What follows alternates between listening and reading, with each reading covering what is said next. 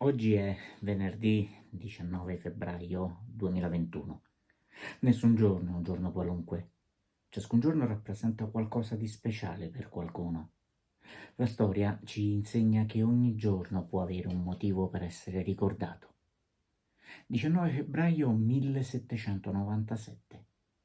Nella città marchigiana di Tolentino viene firmato il trattato di pace tra la Francia e lo Stato Pontificio. Lo impone Napoleone Bonaparte a Papa Pio VI dopo la campagna d'Italia, tramite la quale il generale riesce ad affermare il dominio francese sull'Italia settentrionale.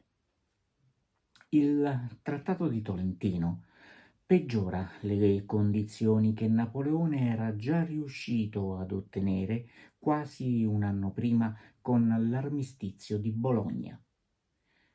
In virtù del precedente trattato, la Santa Sede aveva dovuto versare una cifra di 21 milioni di scudi alla Francia, cedere i territori di Bologna e Ferrara e il porto di Ancona, oltre a permettere il libero passaggio dell'esercito francese nel proprio territorio.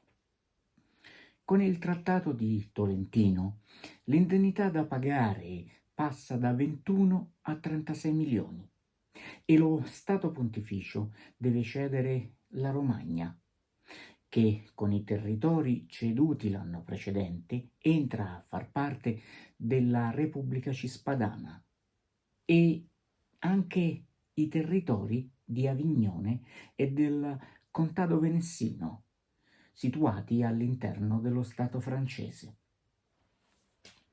Il trattato prevede inoltre che i francesi possano liberamente entrare in tutti gli edifici per prelevare delle opere d'arte da portare in patria. Prendono così la via di Parigi oltre 100 tra statue e dipinti.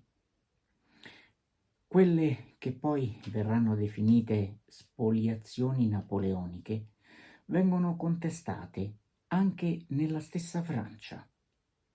Il critico d'arte Antoine Chrysostome Catemer de Cancy scrive un pamphlet in cui sostiene che esiste un forte legame fra l'opera d'arte e il luogo a cui è stata destinata, e spezzarlo vuol dire compromettere la leggibilità dell'opera stessa.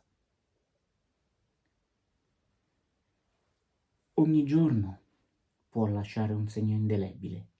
Viverlo con lo spirito giusto può renderlo tale. Secondo uno studio della Iowa State University, 12 minuti al giorno per esprimere gentilezza verso gli altri e insegnare buoni gesti e belle regole ai bambini sollevano il morale e rendono più felici. Rivolgere un pensiero a chi abbiamo nel cuore o a chi compie gli anni, inviandogli questo minuto di racconto, può essere un'occasione per cominciare bene i nostri 12 minuti di oggi. Buona giornata.